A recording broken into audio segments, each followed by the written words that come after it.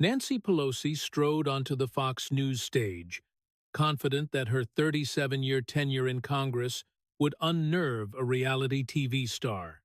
She was about to find out how wrong that assumption was. Donald Trump had come prepared, not with bluster, but with evidence. He had spent weeks gathering documented proof. Stock trading records from public disclosures showing that her husband's investments always happened at the most convenient times, professional photos of her $25 million Pacific Heights home placed side by side, with images of homeless camps just a few blocks away, aerial shots of her $1 million Napa Valley vineyard estate, and even viral security footage of her quietly getting her hair done in a closed salon during California's COVID lockdown. He had congressional records and Pentagon documents proving that she had refused his offer of 20,000 National Guard troops before January 6th. He had city data showing more than 28,000 reports of human waste on San Francisco streets in a single year. He had the financial disclosures showing that a career congresswoman earning roughly $174,000 a year somehow ended up with a $250 million fortune. And he had a timeline that linked Paul Pelosi's stock purchases precisely with the legislation Nancy Pelosi was working on. He didn't just have rumors or talking points, he had receipts.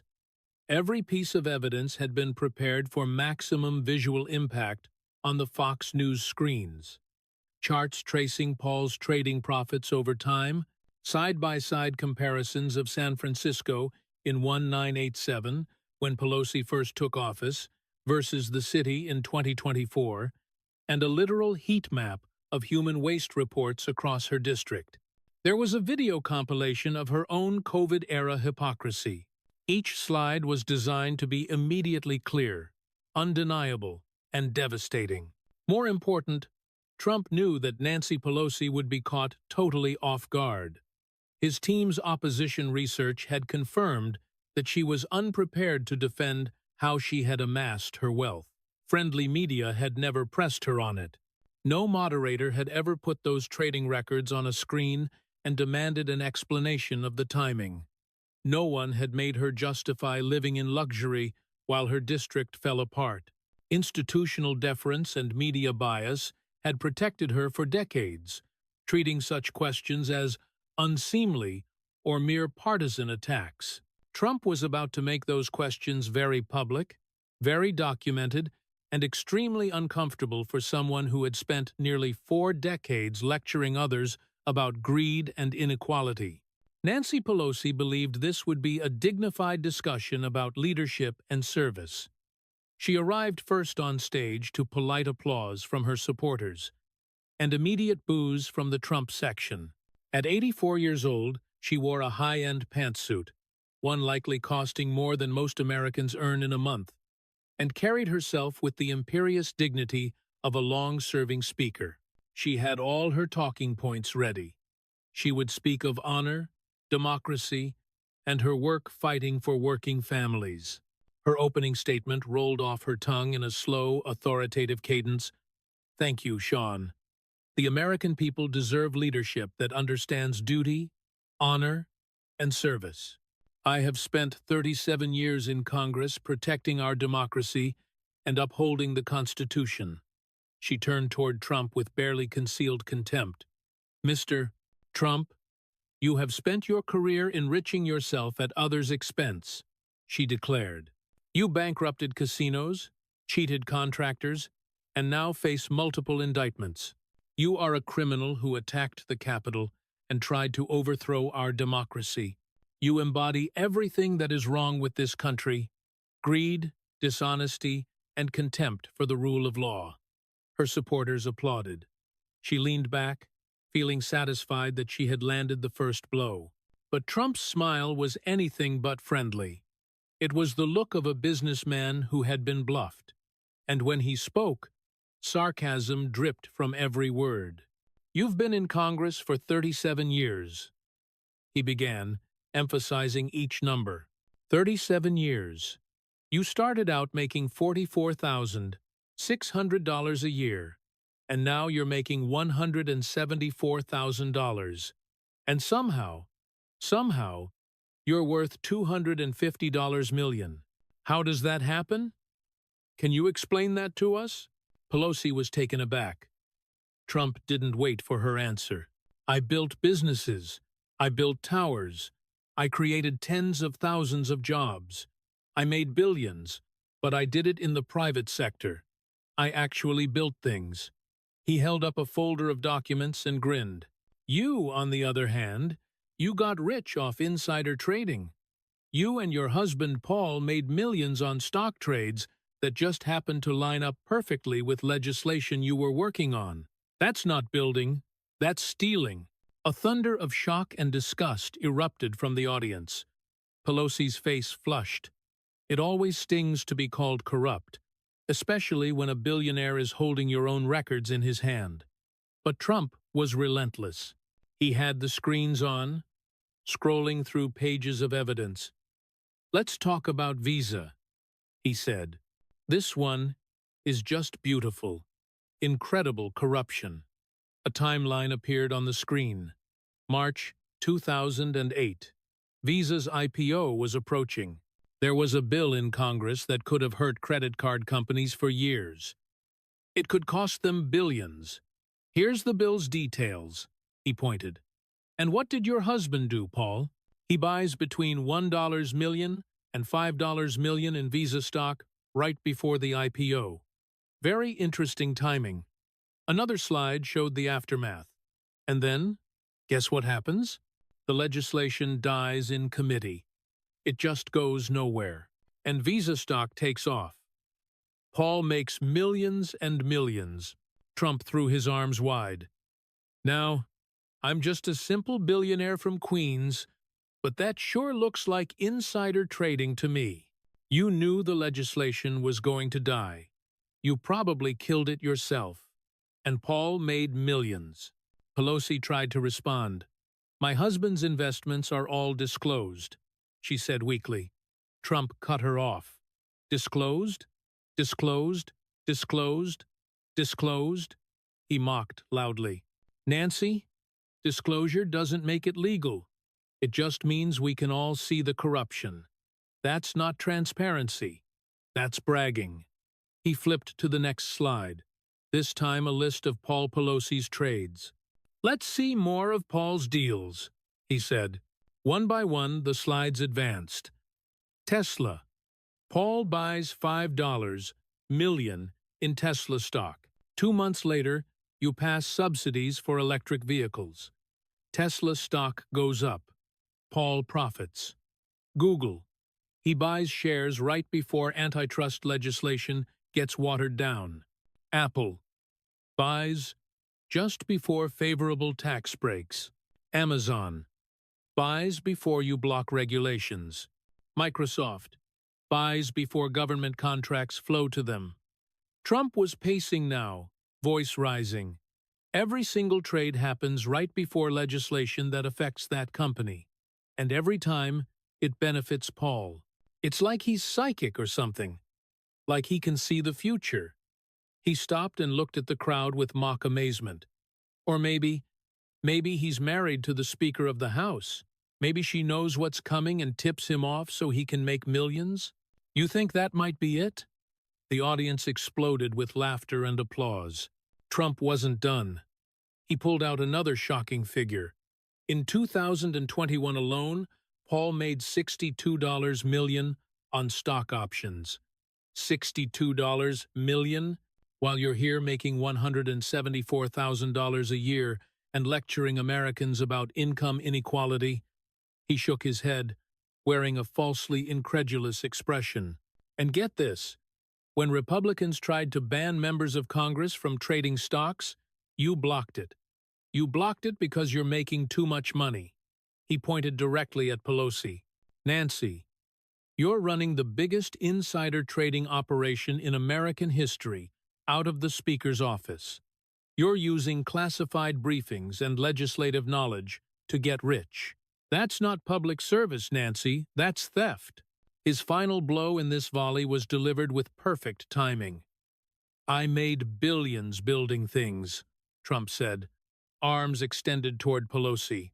"You made millions stealing with insider information. And you want to call me corrupt? Give me a break." Trump grabbed another folder. This one had photos taped to the cover, and thrust it at the podium. "Now let's talk about your district," he said with a smile. "Beautiful San Francisco. You've represented it for 37 years.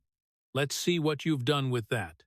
He pressed a button, and photos filled the screens. Nothing says failed leadership like the city's streets covered in human waste. The images that appeared were haunting.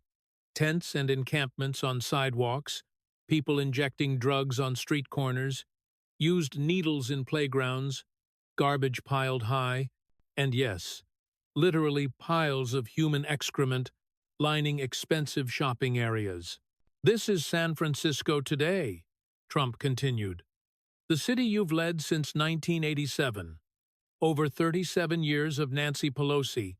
Look at it. More pictures. Downtown streets filled with tents, businesses with their windows boarded up and tagged with graffiti, used needles scattered in parks. San Francisco now has the highest homeless rate per capita in America. They have an app for reporting human waste on the streets. Over 28,000 reports last year in one city. Crime is off the charts. Property crime is up 31%. Tourists are warned not to leave anything in their cars. Stores are closing because of rampant theft. Walgreens shut down 17 stores because shoplifting got so bad. This is your legacy. A city drowning in human waste and drug needles, while you live in a $25 million mansion in Pacific Heights behind walls and armed guards. Pelosi tried to defend her city. San Francisco faces challenges that require leadership.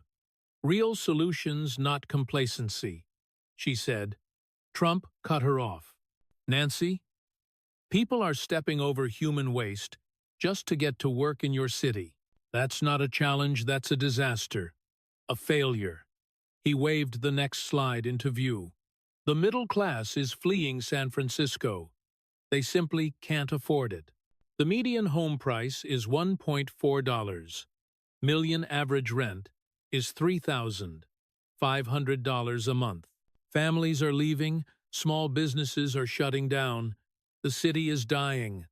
Census data on the screen showed population decline. Trump walked closer to Pelosi. "Meanwhile, you live great," he sneered. "A $25 million mansion, a Napa Valley vineyard, a private security.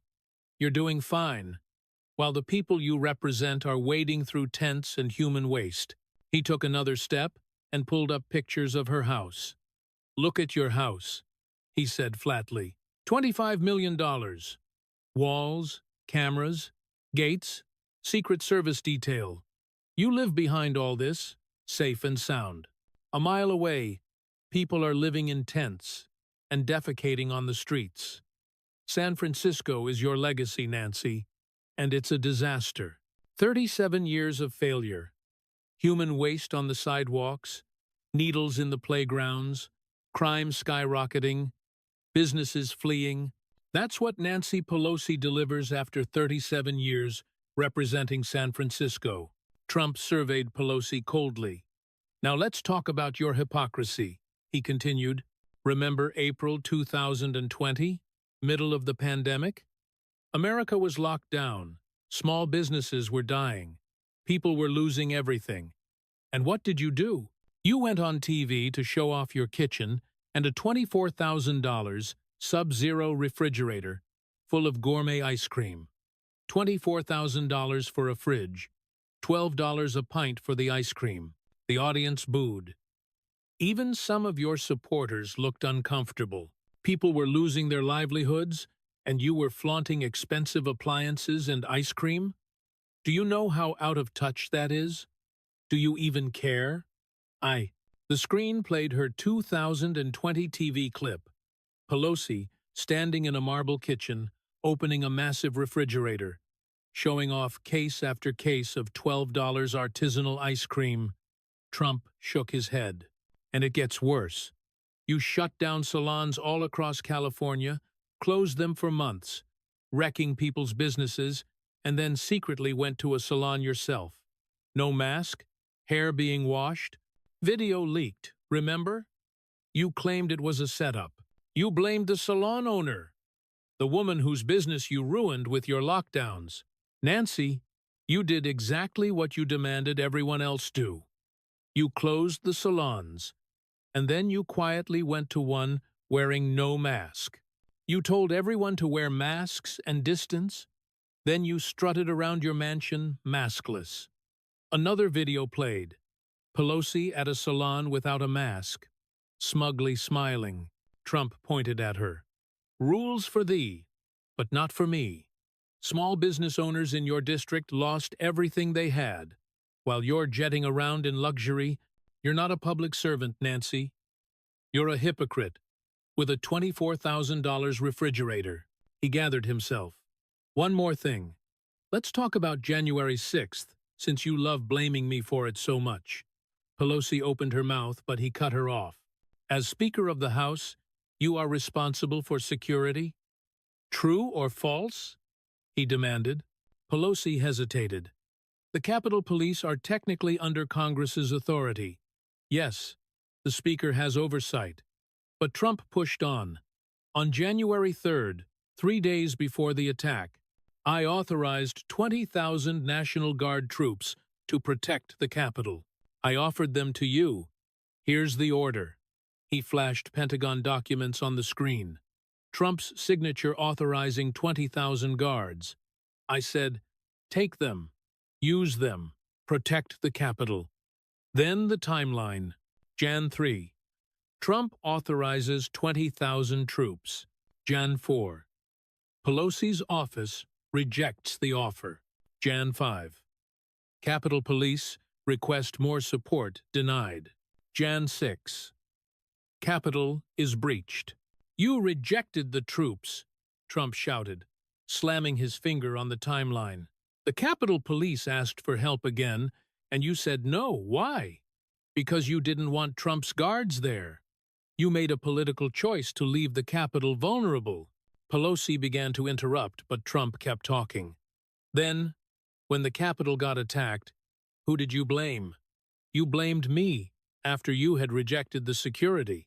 You spent 2 years on the January 6th committee, millions of dollars, and you never investigated your own role. You didn't testify about rejecting the guards. You didn't explain why you left the Capitol underprotected. And then, at the end, your committee destroyed evidence. Phone records and texts from Jan 6th gone, deleted before Republican members could see them. What were you hiding? He leaned in. I offered 20,000 troops. You said no. The Capitol Police begged for help. You said no. Then, when the Capitol was attacked, you blamed me and hid the evidence. You ran the committee on Jan 6, but you wouldn't investigate yourself. That's not oversight. That's a cover-up. Trump's voice thundered. You rejected the National Guard for political reasons. You left the Capitol vulnerable. Then you blamed me and destroyed evidence of your own failures. January 6th happened because of your security failures. Nancy, not mine. You rejected the troops, you denied the police support, and then you covered it up. That's not leadership, that's dereliction of duty. Without missing a beat, Trump reached for another folder. And now, let's talk about your obsession with impeachment, he said. Because you've spent more time trying to impeach me than actually governing. He held up the first set of articles. First impeachment. Ukraine phone call. I asked about possible corruption involving Hunter Biden and Burisma, and you impeached me for it. Abuse of power, obstruction of Congress. Those were your charges. The Senate votes came in. 52 Republicans voted to acquit, 48 against. Even Mitt Romney was confused. He only voted guilty on one count. It was a partisan joke. He put them down and lifted the second set. Second impeachment, January 6th. You impeached me for incitement, even though I repeatedly offered National Guard support and spoke of peace. The Senate acquitted me again, 57 to 43. 7 Republicans voted to convict on one charge, but 43 held firm. Why? Because it was just political theater. You wasted millions of taxpayer dollars, hundreds of hours of hearings, all to attack me politically. I was acquitted twice. Nancy, you impeached me not because I broke the law, but because you couldn't beat me at the ballot box. As he spoke, Trump queued up a final video clip. Pelosi, sitting in the House chamber, dramatically tearing up the speaker's copy of the State of the Union address behind Trump's back. The audience gasped as it played. And speaking of disrespect, Trump said, pointing, "You ripped up my State of the Union speech on live TV, in front of the whole world. That speech was about jobs, the economy, helping families, and you tore it up like a child. You disrespected the office, you disrespected the country." He turned back to her. "You talk about norms and dignity and respect, but you impeached me twice without real crimes, and you showed the world your childish spite." His contempt was evident. "You didn't impeach me because I broke the law. You did it because you hated that I was president. I won.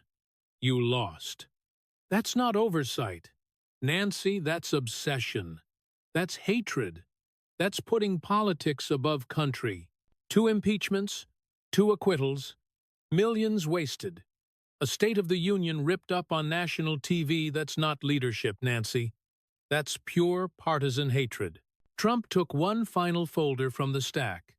"One more thing. Walls and security," he said, voice cold. "Massive hypocrisy. You live behind walls, Nancy. Let me be very clear about that. You have your Pacific Heights mansion walls, gates, private security, armed guards, 24/7. You're completely protected. Your Napa Valley vineyard? Same thing. Walls, security, gates. Meanwhile, when I wanted to build a wall on our southern border to protect Americans, what did you say? That walls don't work. They're immoral, ineffective." He had the screens play clips of Pelosi calling border walls racist and not effective. You live behind walls. You work inside walls. But you told Americans they couldn't have walls. You said ICE should be abolished. You said our fences should come down, but look at yourself. You have the Capitol Police and Secret Service protecting you 24/7. Americans don't even get a fence at the border. Instead, fentanyl pours through. Tens of thousands of people die. Human traffickers, drug cartels, violent gangs pouring across, and what do? Block border security while you live like a queen behind walls and armed guards? That's not just hypocrisy, that's contempt. You protect yourself with everything you deny, the people you serve. You live in a fortress and tell Americans the border should be open. That's not public service, that's elitism. Let them eat cake. Sean Hannity tried to move on to closing statements, but Trump held up his hand. "Actually, Sean, I want to make something crystal clear before we finish. The American people need to know exactly who Nancy Pelosi is." He stepped away from the podium, stack of evidence left behind. "I'm a billionaire," he told Pelosi directly. "I built a real estate empire. Towers in Manhattan, Chicago, Las Vegas, thousands of jobs created, billions made, all in the private sector. I built things you can see. And I paid my taxes." He pointed at her. "You? You've been a government employee for 37 years. You started out at $44,600 a year. Now it's $174,000. Somehow you're worth $250 million. Let me tell you how that happened, because Americans deserve to know." He began his final summary, listing everything he'd shown. You and your husband ran the biggest insider trading operation ever seen. Paul made $62 million in 1 year on stock options. Every trade was perfectly timed with legislation you controlled. Visa, Tesla, Google, Amazon, every big name. When Republicans tried to ban congressional stock trading, you blocked it because you were making too much money. You represented San Francisco for 37 years, and what did you leave behind? A city with human waste on the streets, drug needles everywhere, 28,000 poop reports in 1 year, crime at record highs, businesses fleeing, but you live in a $25 million mansion behind walls and guards. You don't live with that failure. You live in luxury. During COVID, you showed off that $24,000 refrigerator full of $12 ice cream, while small businesses died around you. You shut down salons, then got an illegal haircut.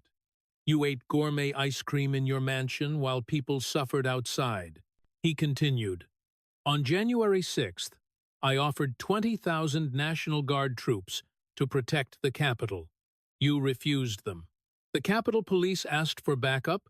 You denied it. When the Capitol was attacked because of those failures, you blamed me and destroyed the evidence of what really happened. You impeached me twice. Both times I was acquitted while wasting millions of taxpayer dollars and ripping up the State of the Union on live TV. You live behind walls and armed guards, but you say border walls are immoral. You have Secret Service protecting you, but you say ICE should be abolished." He raised his voice. "You protect yourself with everything you deny to Americans." Trump took a deep breath. "I've shown you the receipts," he said, sweeping his arm at the screens and audience. "Stock trading records, photos of San Francisco, video of your ice cream tour, orders for National Guard troops, impeachment vote counts, pictures of your gated mansions, all facts, all proven." His voice hardened. "You are not a public servant, Nancy. You are a corrupt career politician who got rich off insider trading while your city turned into a disaster. You live in luxury while lecturing Americans about inequality. You have walls and security while denying it to others. You broke your own COVID rules and destroyed small businesses. I made billions building things. You made millions through insider deals. I created jobs. You let a city decay. I protected Americans. You left them vulnerable and blamed me." He stepped closer, pointing at her as he delivered the final line. "You spent 37 years in Congress and got rich, while San Francisco became covered in human waste. That is your legacy, Nancy Pelosi. And tonight, with these receipts, I've proven it." The audience erupted, a standing ovation over 4 minutes long, chants of "Trump, Trump, Trump," mixed with cries of "Lock her up." Pelosi sat frozen at her podium, speechless under the weight of the accusations. The entire confrontation became an instant viral sensation. Clips of Trump's evidence-laden assault spread like wildfire online. Within 2 hours, the debate clip had 31 million views. By 24 hours, 103 million. By 1 week, 178 million, making it one of the most watched political events in TV history. Pelosi insider trading shot to the top of Twitter's trending topics within minutes, holding that spot for days. San Francisco poop map was trending too, and the image of her $24,000 refrigerator became a widely shared meme. Conservative media exploded. Fox News aired the debate on loop, then produced a 2-hour special, The Pelosi Files, a deep dive into wealth and corruption that became their highest-rated show of the year. Forensic accountants and ethics experts, brought on as guests, pored over the timelines of Paul's trades and explained why the patterns screamed insider knowledge. Newsmax ran the debate nonstop for a week, their hosts breaking down each point and adding new context that only made Trump's case more damaging. Podcast hosts devoted entire series to the debate. Ben Shapiro ran a 5-part analysis of each piece of evidence, confirming that Trump had left out scores of other suspicious trades. Dan Bongino's podcast episode on the event was downloaded 38 million times in its first week. Charlie Kirk made the video required viewing at Turning Point USA events. On YouTube and TikTok, clips of the stock trade charts went viral in unusual ways. TikTokers created side-by-side duets, Trump presenting the Visa timeline while they shared stories of their own credit card debt. Personal finance Instagram pages shared the $62 million slide as a cautionary tale about the stock market game. Even liberal accounts spread the trading segments, not to defend Pelosi, but to argue Congress should ban members from trading stocks. Mainstream media found itself in a tough spot. The numbers were too big to ignore. CNN dedicated hours to covering the fallout, though they tried to play defense for Pelosi by pointing out that the trades were technically legal and disclosed. Trump had mocked disclosure as mere transparency of corruption rather than a fix. Even CNN's usually friendly analysts admitted that, on the face of it, the trading patterns looked incredibly suspicious. Anderson Cooper did a rare, hard-hitting interview with Pelosi about the debate. The clip of Cooper asking her, "Can you explain how your husband's trades always seem to benefit from legislation you're working on?" was widely shared. Pelosi's rambling answer, that Paul makes his own investment decisions and everything is disclosed, satisfied no one. The same day, liberal commentators noted that even she seemed to dodge the question. MSNBC tried to help with Rachel Maddow defending San Francisco. She aired footage portraying SF as a liberal utopia and blamed homelessness on broader issues. But during her segment, they accidentally showed scenes of tents, needles, and trash on pricey streets, confirming exactly what Trump had said. That clip also went viral, mocking Maddow for inadvertently proving the president right. The New York Times published a piece titled "The Complicated Reality of Congressional Stock Trading," clearly meant to defend Pelosi. It quoted ethics experts saying her trades weren't illegal and highlighted complex reasons for San Francisco's problems. But even the Times had to grudgingly admit, yes, Paul Pelosi made extraordinary returns. Yes, the timing matched her actions. Yes, she blocked stock trading bans. The Washington Post's fact-checkers did a thorough review and found themselves giving Trump high marks. They called the Visa timing claim true. Pelosi's reported defecation statistic true, noting it was slightly off from peak. The $24,000 refrigerator claim true, and Trump's claim about offering National Guard troops true, though they said he lacked context. Even as the Post tried to defend Pelosi with context, the underlying facts of Trump's statements were solid. Conservative media splashed headlines. Even WAPO admits the evidence checks out. The political impact was immediate. Stock trading reform bills that Pelosi had long buried suddenly got support. In the wake of the debate, over 120 House members, Republicans and vulnerable Democrats alike, co-sponsored a ban on members and their immediate families trading individual stocks. Several Democratic senators, previously quiet or opposed to such reforms, rushed to endorse them, fearing they'd be tainted by association. Members who had once voted against ethics bills began reversing themselves as their constituents demanded action. Meanwhile, Pelosi's beloved San Francisco became a national embarrassment. Democrats running in swing districts across the country explicitly criticized the city's lenient policies, refusing to defend Pelosi's record. Campaign consultants told Democratic candidates to acknowledge San Francisco's problems and blame local officials rather than Pelosi. In California, even traditionally liberal politicians pivoted right on crime. News broke that the San Francisco mayor was facing a recall. One by one, local leaders aligned with Pelosi's policies were ousted or pressured. Tourism and conventions dried up as images of street shootings and encampments spread worldwide. Conference planners started booking venues in other cities, citing safety concerns. The city's Chamber of Commerce issued a rare statement acknowledging the crisis. In other words, admitting quietly that Trump was right. Pelosi's own attempts to recover were disastrous. Her initial written statement insisted her husband's trades were separate from her job and fully disclosed. But social media users quickly posted timelines showing Paul's trades and her activities matched almost perfectly. When she tried defending San Francisco's crime and homelessness by citing broad national trends, critics pointed out that even her own supporters filming for TV inadvertently captured the very scenes Trump showed.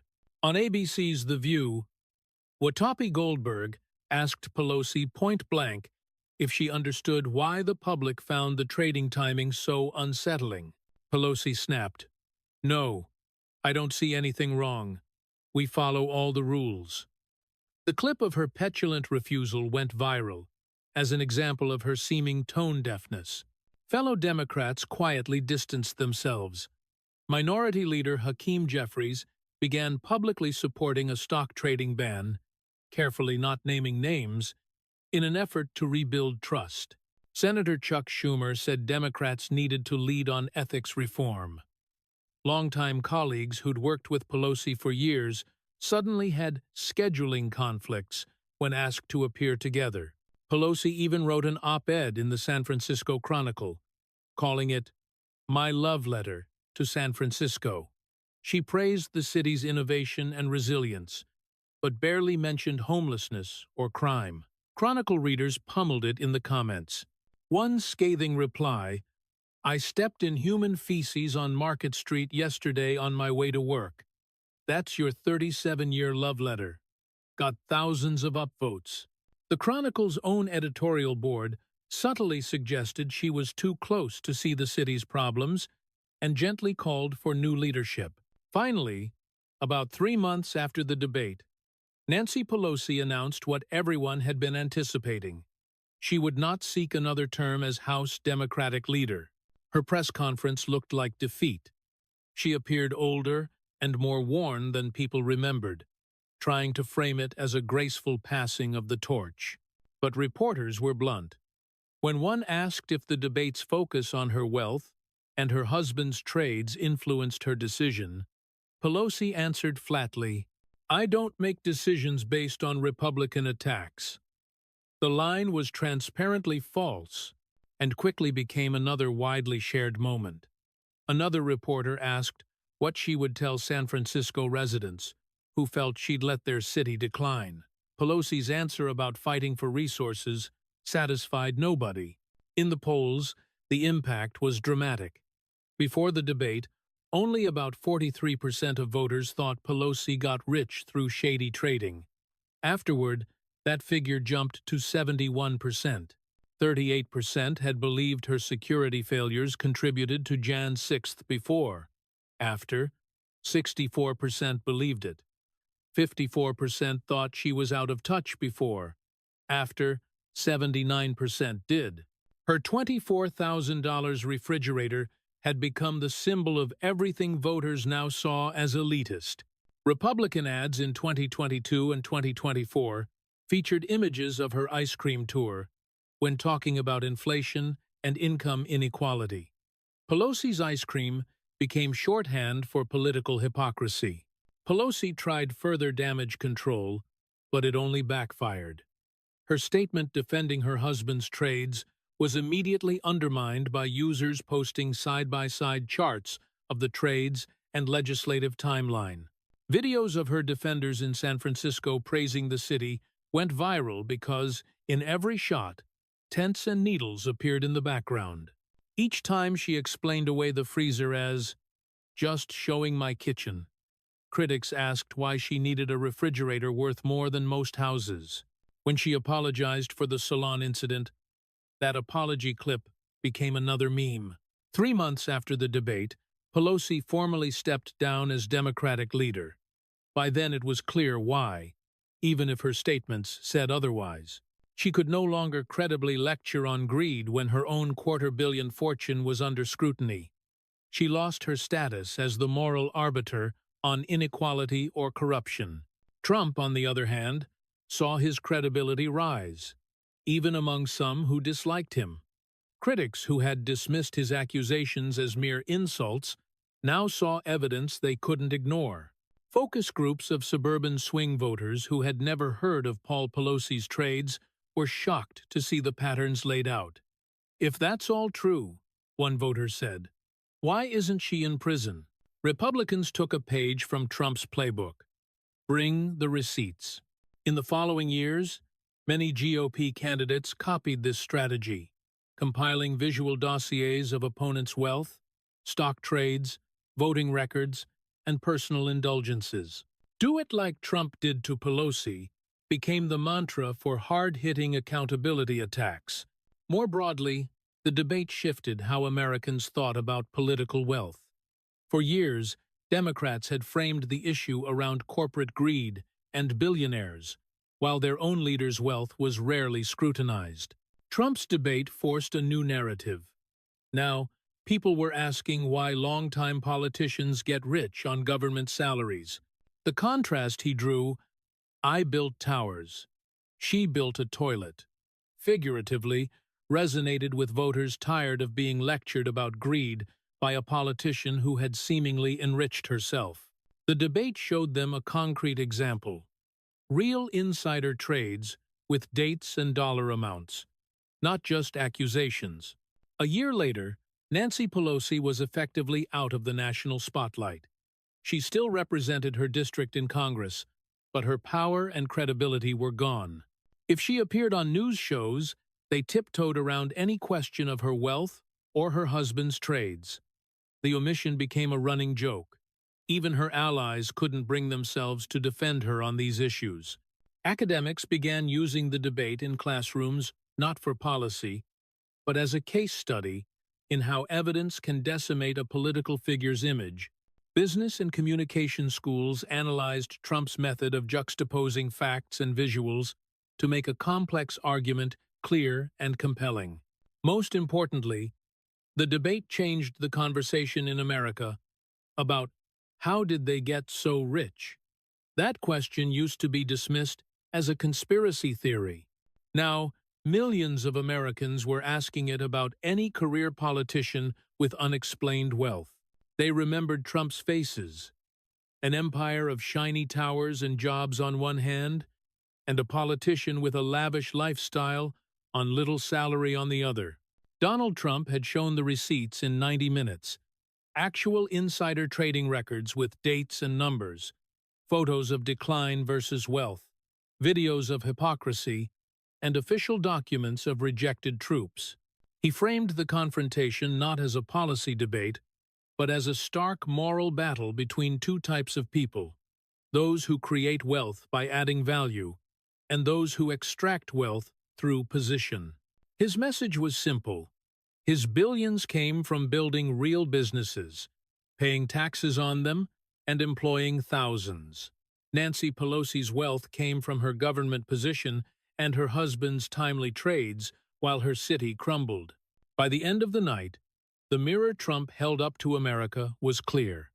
He had proven in front of the nation, with facts and figures, exactly the point critics had whispered for years, and it had changed politics forever.